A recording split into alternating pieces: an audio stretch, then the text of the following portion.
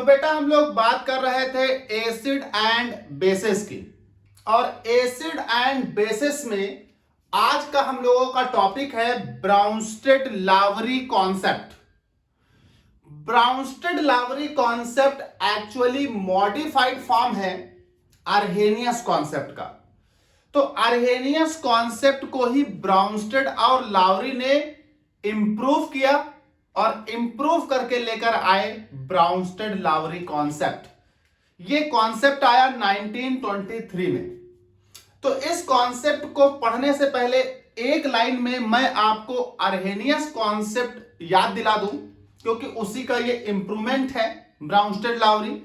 तो अर्हेनियस कॉन्सेप्ट के अकॉर्डिंग अगर बात की जाए तो कहा गया कि अ substance which produce H+ ion in the aqueous medium is called acid, जबकि substance which produce OH- ion in aqueous medium is called base.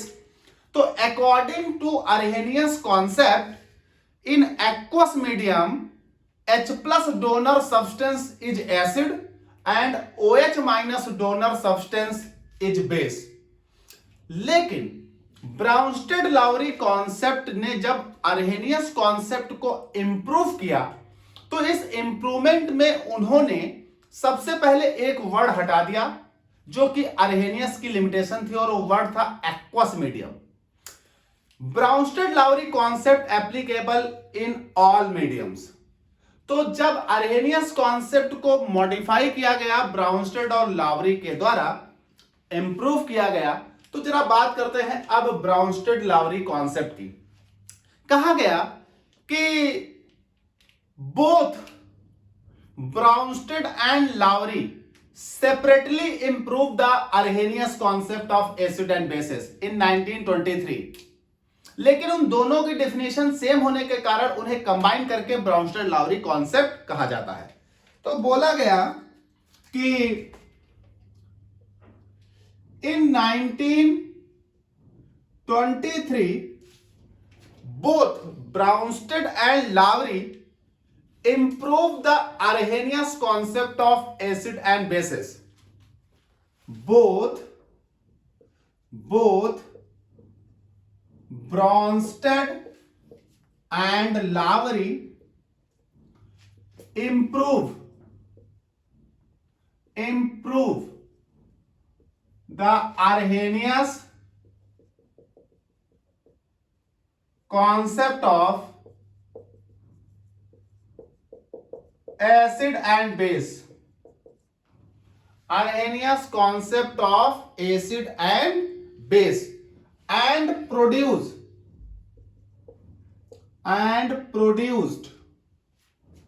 Brownsted-Lavery concept of acid and base। देखिए 1923 में बोथ ब्राउनस्टेड और लावरी ने इंप्रूव किया अर्हेनियस concept of acid और base को, और अपना कॉन्सेप्ट दिया जिसे बोला गया ब्राउनस्टेड-लावरी कॉन्सेप्ट। इस कॉन्सेप्ट के अनुसार अगर हम बात करें तो कहा गया अकॉर्डिंग टू दिस कॉन्सेप्ट, एक बात याद रखिएगा, इस कॉन्सेप्ट के अनुसार ध्यान से सुनिएगा, एसिड वो सब्सटेंस होते हैं जो H+ लॉस करते हैं। यहां किसी मीडियम की बात नहीं हो रही है जो अर्हेनियस एक्वस मीडियम लगा देते थे, यहां किसी भी मीडियम में। तो एसिड वो सब्सटेंस हैं जो H+ लॉस करते हैं। तो कहा गया an acid is a substance which can produce proton, मतलब H+ ion. According to this concept, an acid is a substance which can produce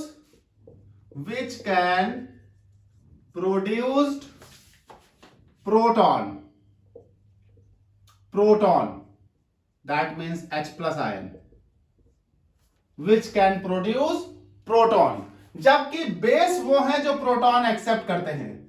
while base is a substance which can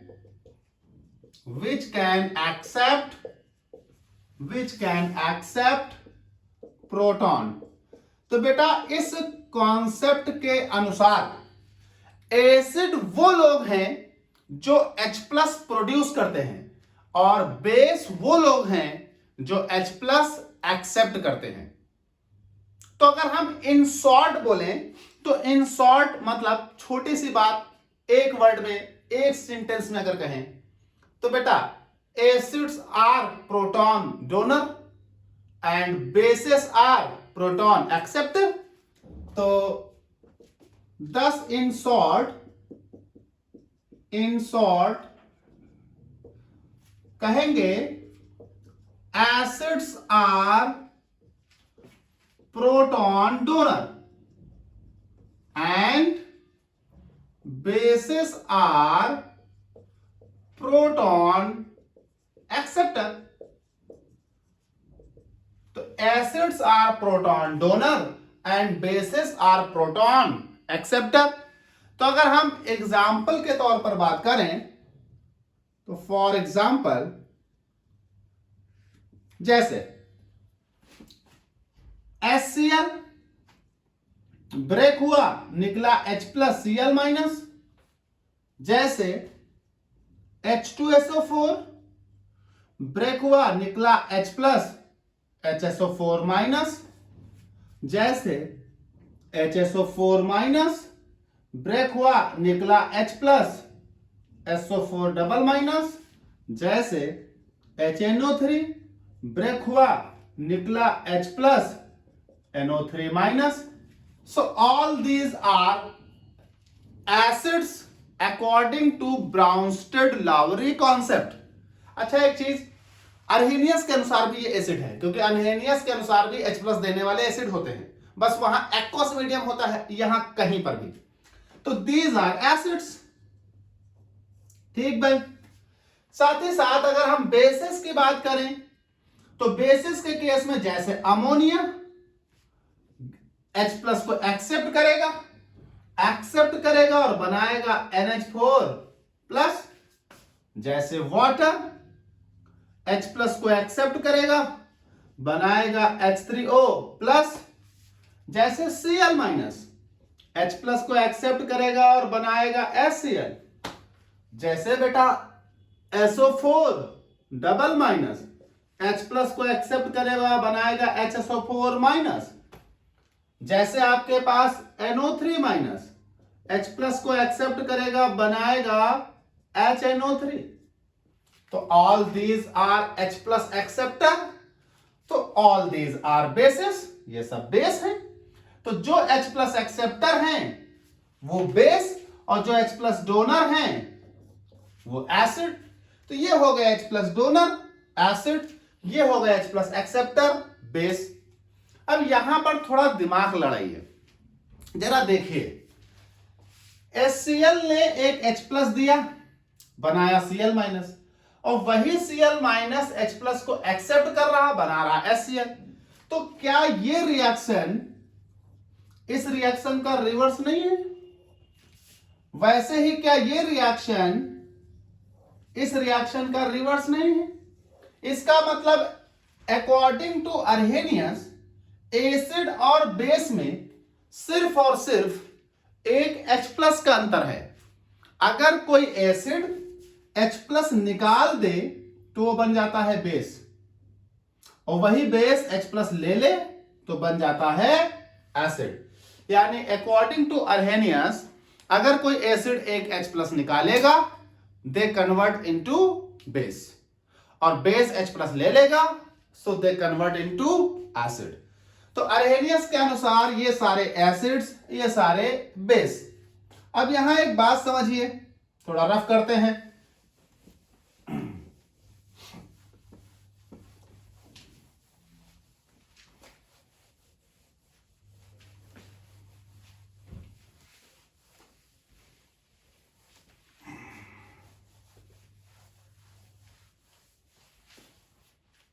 तो तो यहां हम एक बात कह सकते हैं, thus we say that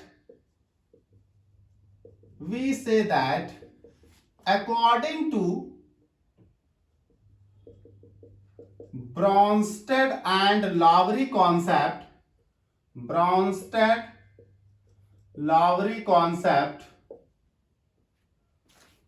acid जो है वो जब भी H प्लस निकालेगा तो बेस में कन्वर्ट हो जाएगा, और बेस जब भी H प्लस लेगा तो वो एसिड में कन्वर्ट हो जाएगा। इसका मतलब एसिड और बेस के बीच सिर्फ और सिर्फ H प्लस का डिफरेंस है। ठीक है भाई। अब यहां पर एक बात और ध्यान दीजिएगा, कहा गया it is important to note that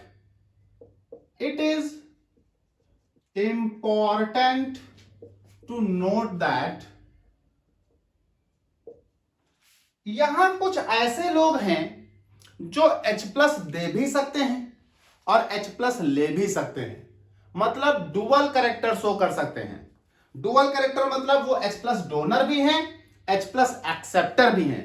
कहा गया it is important to note that there are some substances which have dual character,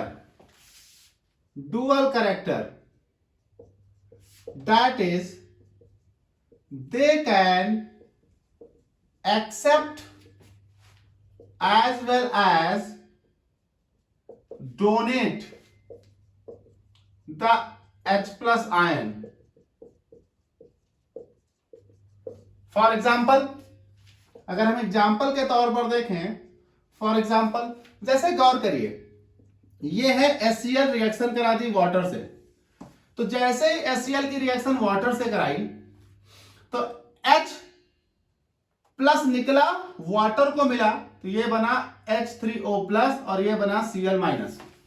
तो नाउ HCl ने H प्लस लॉस किया तो ये हुआ एसिड, वाटर ने एक्सेप्ट किया तो ये हुआ बेस।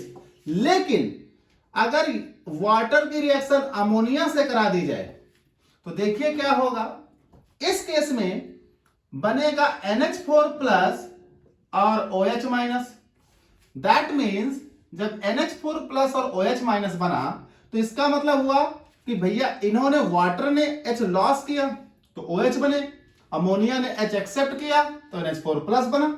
इसका मतलब वाटर H प्लस डोनर है तो ये कहलाएगा एसिड और ये कहलाएगा बेस अकॉर्डिंग टू अर्हेनियस कॉन्सेप्ट। यानी अर्हेनियस के अनुसार जो H प्लस दे वो एसिड और जो H प्लस ले वो बेस। तो बेटा यहां देखिए वाटर ने H प्लस एक्सेप्ट किया है तो बेस, और यहां वाटर ने H प्लस दिया है तो एसिड। तो अगर कोई ऐसा हो जो H प्लस डोनर और H प्लस एक्सेप्टर दोनों तरह की प्रॉपर्टीज शो कर रहा हो तो अर्हेनियस के अनुसार वो एम्फोटेरिक है, उसको हम कहेंगे एम्फोटेरिक। तो कहा गया it is important to note that there are some substances which have dual character, that is they can accept as well as donate the H plus ion. Such substances are called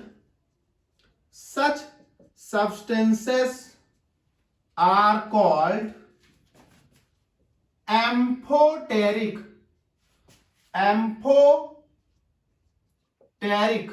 substances, या आप इसे एम्फीटेरिक भी कह सकते हैं, एम्फीटेरिक substances.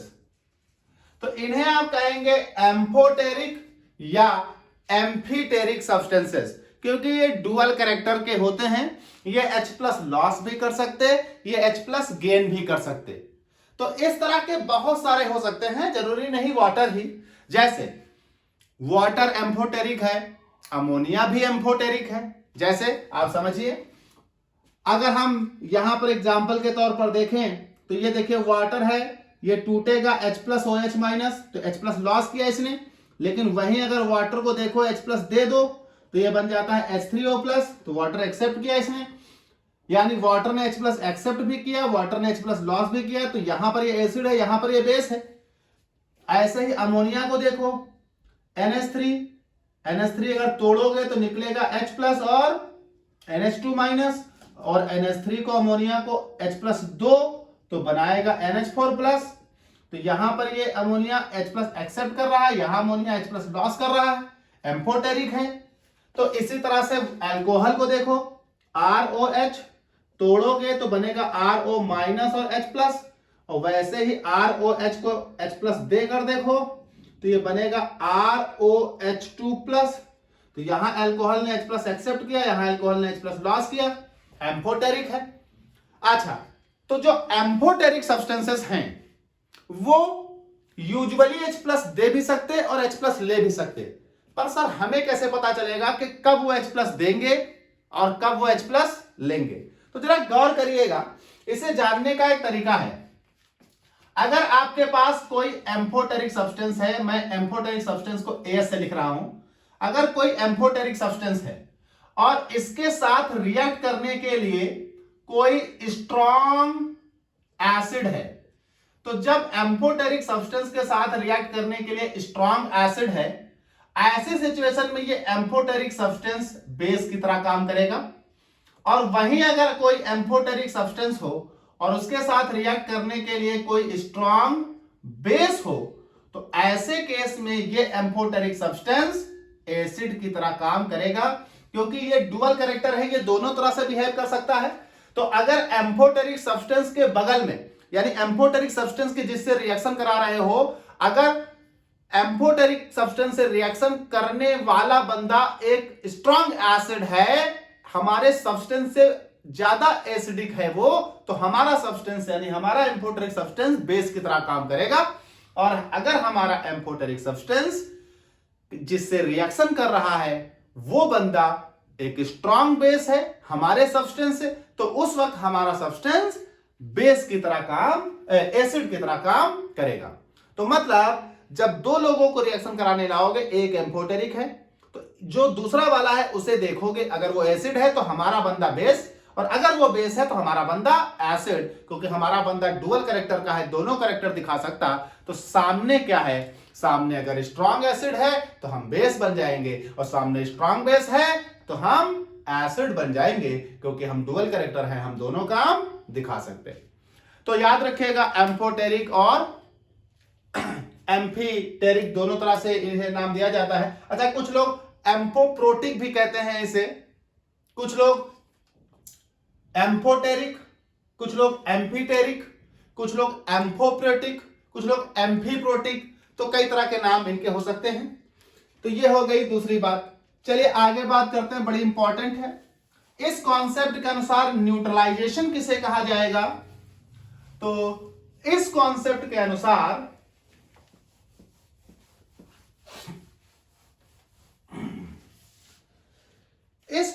के अनुसार अगर हम न्यूट्रलाइजेशन की बात करें तो कहा गया अकॉर्डिंग टू ब्रॉन्स्टेड, ये नोट्स बनाते जाना, क्योंकि आपको लिखना बहुत है इसलिए मैं खुद ही लिखता जा रहा हूं। तो according to Bronsted Lowry concept, according to Bronsted Lowry concept, the neutralisation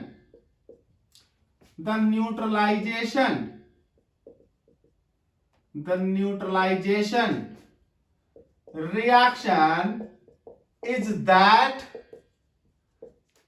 कहा गया अगर आप ब्राउनस्टेड लावरी कॉन्सेप्ट के अनुसार न्यूट्रलाइजेशन रिएक्शन की बात करें, तो ब्राउनस्टेड लावरी कॉन्सेप्ट के अनुसार न्यूट्रलाइजेशन रिएक्शन वो है, neutralisation reaction is that when an acid react with base to form salt, एक एसिड बेस से रिएक्ट करे और सॉल्ट बना दे। फॉर एग्जाम्पल एक एसिड है HCl, एक बेस है अमोनिया, तो ये हो गया एसिड, ये हो गया base, to react to form NH4Cl, ये हो गया सॉल्ट। तो this is called neutralisation according to the Bronsted Lowry concept. तो ब्राउनस्टेड-लाउरी कॉन्सेप्ट के अनुसार न्यूट्रलाइजेशन वो रिएक्शंस हैं जिसमें एसिड और बेस रिएक्ट करके सॉल्ट बनाए। अच्छा, यहां सॉल्वेंट जैसा वर्ड आ नहीं रहा क्योंकि इन्होंने सॉल्वेंट का कोई टर्म ही इस्तेमाल नहीं किया था। जैसे कि अर्हेनियस एक्वस मीडियम इस्तेमाल करते थे तो वाटर बनता था, अब इनका कोई मीडियम ही इस्तेमाल नहीं हो रहा है, इसलिए यहां कोई सॉल्वेंट जैसा टर्म नहीं है। तो according to Bronsted Lowry concept, the neutralisation reaction is the simple reaction between the acid and base to form salt. तो ये इनका कहला रहा है न्यूट्रलाइजेशन। अब यहां एक बात समझिएगा, इसे हम दूसरी तरह से भी कह सकते हैं, न्यूट्रलाइजेशन को हम दूसरी तरह से भी कह सकते हैं। देखिए, चूंकि इनके अनुसार एसिड जब H+ लॉस करता है तो वो बेस बनता है, उसी तरह से कोई भी बेस जब H+ एक्सेप्ट करता है तो एसिड बनता है। मान लीजिए कोई एसिड 1 है, H+ लॉस हुआ, बेस 1। मान लीजिए कोई बेस 2 है, H+ एक्सेप्ट किया तो एसिड 2। तो अगर हम इन दोनों को जोड़ दें तो देखिए, इन्होंने कहा एसिड और बेस की रिएक्शन कराओ, तो एक एसिड ले लो, एक बेस, तो एसिड से निकला हुआ H ये बेस इस्तेमाल कर लेगा, तो ये कहलाएगा एसिड 1 प्लस ये कहलाएगा base 2 react to form base 1 plus acid 2, यानी this acid convert to this base और this base convert to this acid. तो अगर हम यहां से न्यूट्रलाइजेशन रिएक्शन को कहना चाहें तो यहां दूसरे शब्दों में भी न्यूट्रलाइजेशन रिएक्शन को डिफाइन किया जा सकता है। On other words, the neutralisation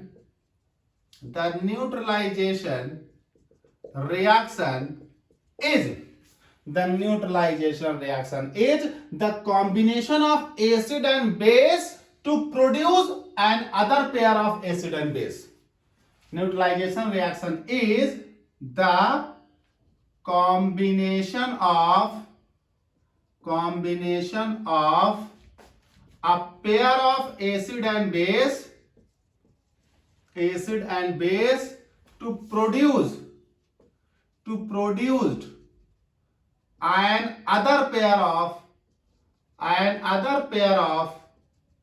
acid and base, यानी एक एसिड बेस पेयर का आपस में रिएक्ट करके एक दूसरा एसिड बेस प्रोड्यूस करना ही कहलाता है neutralisation according to this concept. यानी according to this concept acid plus base combine to produce another acid plus base, एक एसिड बेस का पेयर कंबाइन करके एक दूसरे एसिड बेस के पेयर को प्रोड्यूस कर रहा है, यह कहला रहा है neutralisation according to this concept. अब यहां से जो एक कहानी है, यहां से एक बहुत बड़ा टॉपिक निकल आता है हमारे पास और अक्सर एग्जाम में वहीं से क्वेश्चन आते हैं। टॉपिक निकल कर आता है कॉन्जुगेट एसिड बेस पेयर क्या है, कॉन्जुगेट एसिड बेस पेयर क्या है। तो जरा देखते हैं कॉन्जुगेट एसिड बेस पेयर की क्या कहानी है, बड़ा इंपॉर्टेंट टॉपिक है कॉन्जुगेट एसिड बेस पेयर। चलिए तो देखिए, कॉन्जुगेटेड एसिड बेस पेयर या कॉन्जुगेट एसिड बेस क्या होते हैं। देखिए, ब्राउनस्टेड-लाउरी कॉन्सेप्ट आपसे सीधी सीधी एक बात कहता है, उसी को हम रिकॉल करते हैं, दोहरा रहे हैं। ब्राउनस्टेड-लाउरी कॉन्सेप्ट कहता है कि अगर कोई एसिड है और उससे आपने H+ निकाल दिया तो वो बेस बन जाएगा, सीधा सा फंडा है।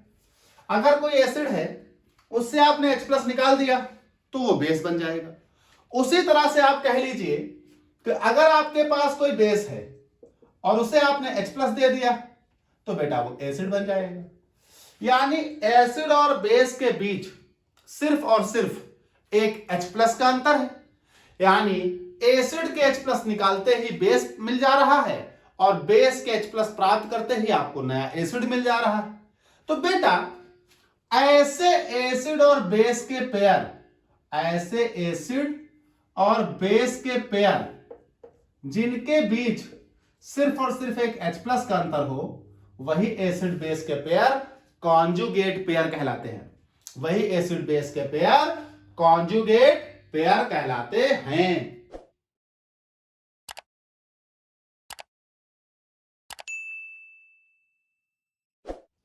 इसका मतलब यह हुआ तो अगर हम इन्हें डिफाइन करना चाहें तो क्या बोलेंगे? तो देखिए हम क्या बोलेंगे, कहा गया द एसिड्स और bases which are separated by only H plus ion, separated by only H plus ion is called acid base pair या conjugate acid base pair, is called conjugate acid base pair। ऐसे acid और base जो कि सिर्फ H plus के द्वारा separate हो रहे हों, वो एक दूसरे के कॉन्जुगेट एसिड और बेस कहलाएंगे। तो अगर इस रिएक्शन को हम और अच्छे से लिखें तो कहा गया इट इज डिनोटेड एज, इसको और अच्छे से लिखा जाए तो देखिए एसिड है, इसने निकाला H प्लस, तो ये बन जाएगा बेस जो कि इस एसिड का कॉन्जुगेट होगा, तो ये बन जाएगा कॉन्जुगेटेड बेस। वैसे ही अगर हमारे पास कोई बेस है और इसने H प्लस एक्सेप्ट किया तो ये बन जाएगा अपने वाले का कॉन्जुगेट एसिड, कॉन्जुगेटेड एसिड। तो this is called conjugated acid base pair. कोई बहुत बड़ा इशू नहीं है। अब इसे समझना है आपको न्यूट्रलाइजेशन रिएक्शंस में कैसे। तो देखिए एक बात आपकी क्लियर हो गई, अब इसे मिटा देता हूं क्योंकि इसका मॉडिफाइड फॉर्म लिख दिया इधर। तो एक बात आपकी क्लियर हो गई कि the acids and bases which are separated by only H plus ion is called conjugate acid base pair. तो एसिड बेस सिर्फ H प्लस आयन के द्वारा सेपरेट हो रहे हैं, एसिड और बेस सिर्फ H प्लस आयन के द्वारा सेपरेट हो रहे हैं, अलग अलग हो रहे हैं। H प्लस हटाओ तो बेस, H प्लस जोड़ दो तो एसिड, तो कॉन्जुगेट एसिड बेस पेयर। अब जरा यहां समझिए, कुछ एग्जांपल्स लेते हैं। कहा गया फॉर एग्जांपल अगर आपको पहचानना हो या आपको पता करना हो तो एग्जांपल लेता हूं मैं। ये हो गया HCl, रिएक्शन कराई NH3 से, ये आपके पास प्राप्त हुआ NH4 प्लस और Cl माइनस। तो ये आपके पास हुआ बेटा एसिड, ये आपके पास हुआ बेस। इन्होंने H प्लस दिया, इन्होंने H प्लस लिया, तो ये एसिड ये बेस। उधर से देखो तो NH4 कन्वर्ट टू NH3, इसका मतलब इन्होंने H प्लस दिया तो ये एसिड और इन्होंने H प्लस लिया तो ये बेस। अब जरा गौर करो, आपका जो HCl है, HCl ने H प्लस निकाला होगा तब बना होगा Cl माइनस। तो वैसे ही अमोनिया ने H प्लस लिया होगा तब बना होगा Cl माइनस। इसका मतलब अगर यहां देखा जाए तो ये एक कॉन्जुगेटेड पेयर है,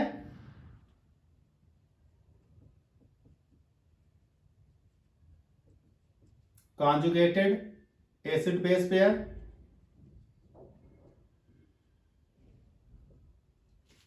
और ये दूसरा कॉन्जुगेटेड एसिड बेस पेयर है।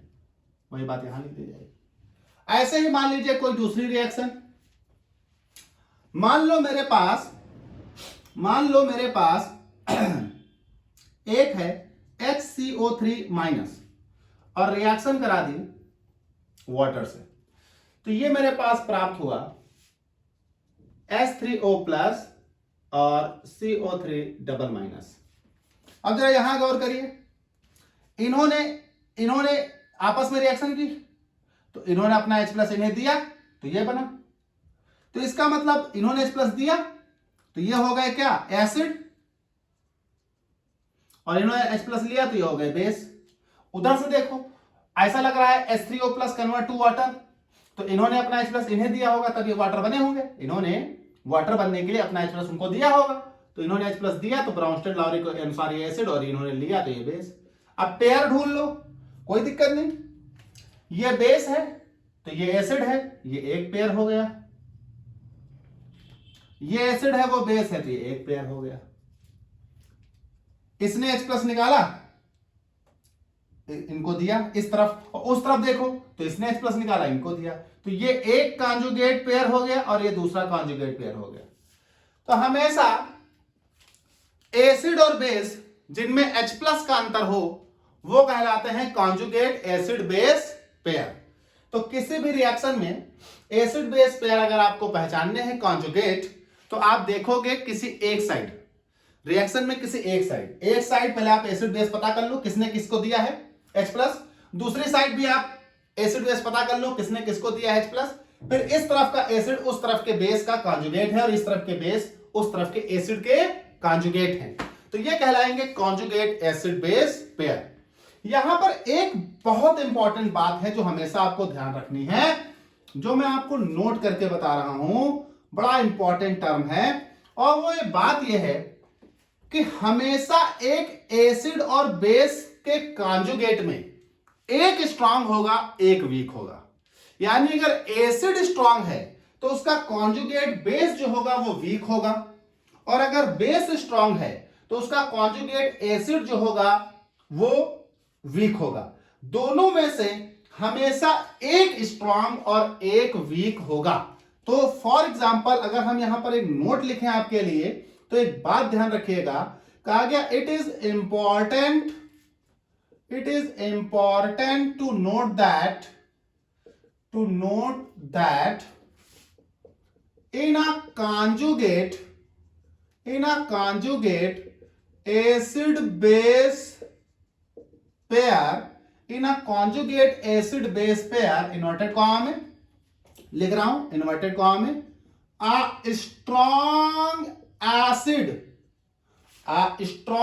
acid, अगर कोई स्ट्रॉन्ग एसिड है तो उसका कॉन्जुगेट बेस हमेशा वीक होगा। a strong acid has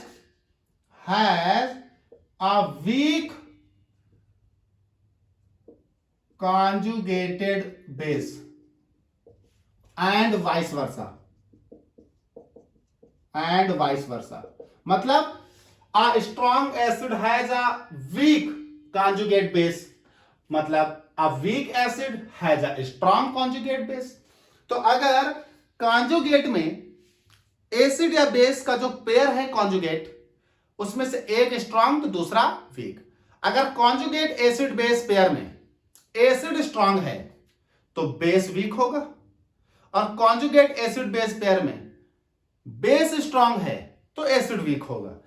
pair के अंदर अब जैसे यहां ये HCl किसका कॉन्जुगेट है? HCl का।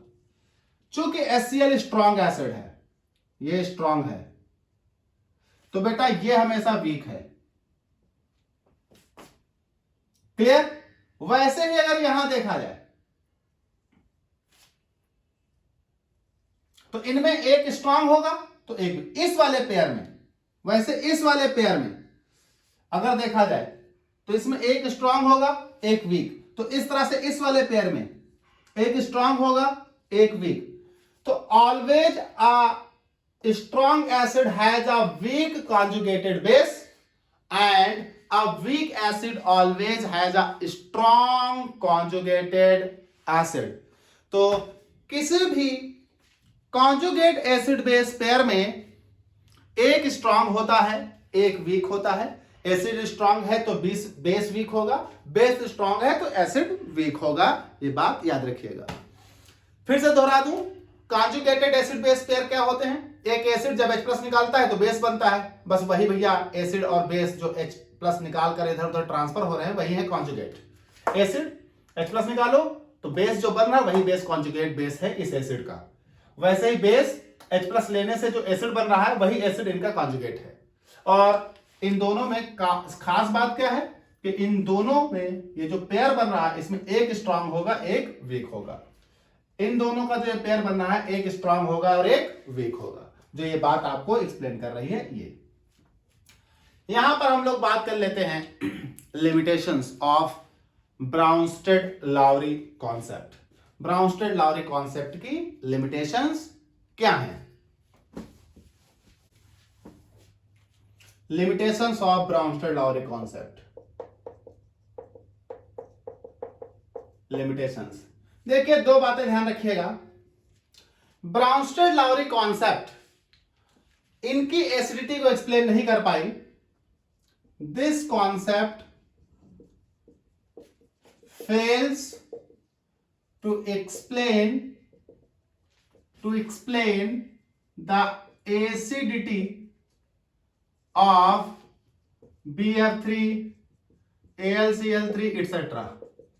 ये एसिड हैं लेकिन ना H प्लस देते ना H प्लस लेते, तो कैसे एक्सप्लेन करेंगे? क्योंकि ब्राउनस्टेड के अनुसार एसिड वो होते जो H प्लस देते हैं, तो इनकी एसिडिटी एक्सप्लेन नहीं हो पा रही है। दूसरी, this concept fails to explain the acidity of oxides